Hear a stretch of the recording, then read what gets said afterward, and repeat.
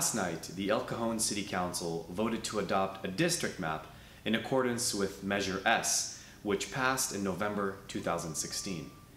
The topic of district elections has been, in my experience, one of the most misunderstood subject matters on both sides of the aisle. The reason is really because district elections follow the Voter Rights Act, something which has been tried and tested numerous times in court. And well, regular people, even those who are political junkies, don't necessarily understand all the legal rights and privileges that encompass how maps are drawn. In addition, city council districts are different than water districts and school districts, with some admitted similarities. Now, without getting into a 3-hour lecture on district elections, I want to bring everyone to speed on the gerrymandering that occurred in El Cajon. The appointed mayor, Bill Wells, Councilman Gary Kendrick, Councilman Bob McClellan, and Councilman Steve Goebel all voted for a map that would ensure that I no longer have a district at the end of my term. How are they doing this? Well, it's pretty simple. Elections at City Council are staggered, with 3 council members running in one election cycle and 1 council and the mayor in another election cycle. Let's just let that sink in for a minute.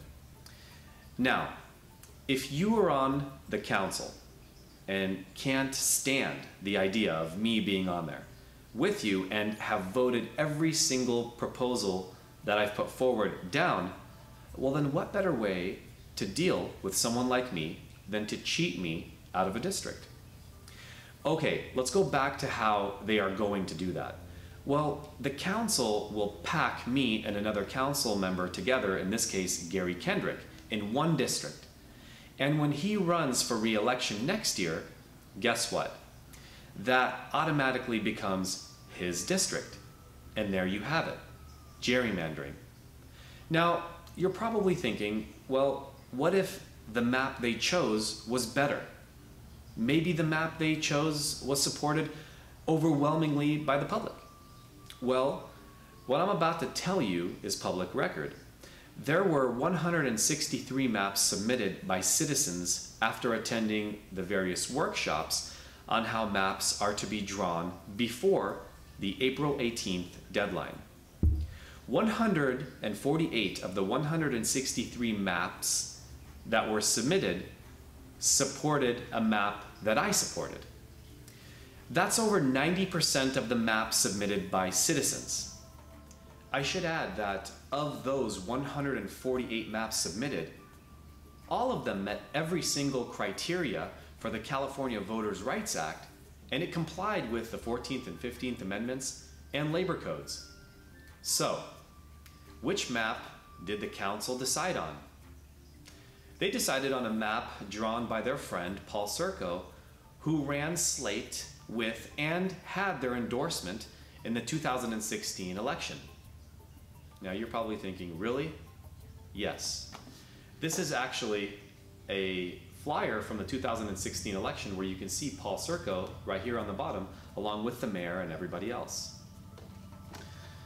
So how many citizens supported Paul Serco's map, you ask? 1, Paul Serco. That's what the council picked. So forget democracy in El Cajon. Forget what the people want. Forget statistics. Forget laws. Forget it all.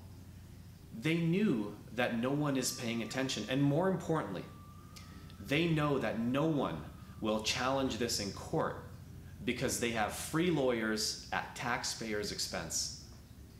Now, if you bump into one of my esteemed colleagues, they'll ramble on about how they didn't want to split Fletcher Hills and that's why they voted the way they did, or that they had an epiphany about fighting for those unrepresented minorities.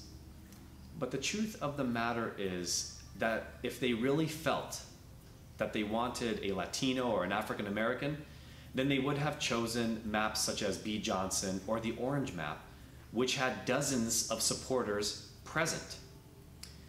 So just a word of caution when you hear their side of the story. It's purely partisan, purely political, and purely business as usual. Folks, get educated on local politics, because I honestly felt so bad for all of those people who sat at the council meeting for hours just to be taunted along this process. It was never gonna go your way. What are you, nuts? I fought these guys for 7 years before I won. They didn't give it to me. I took it. And I wish that some of the citizens had reached out to me prior to having their hopes shattered, because I know how to win. I've done it. And in closing, what I want to say is stay informed, go to the elections, let your voices be heard. Don't let El Cajon get more hijacked than it already has.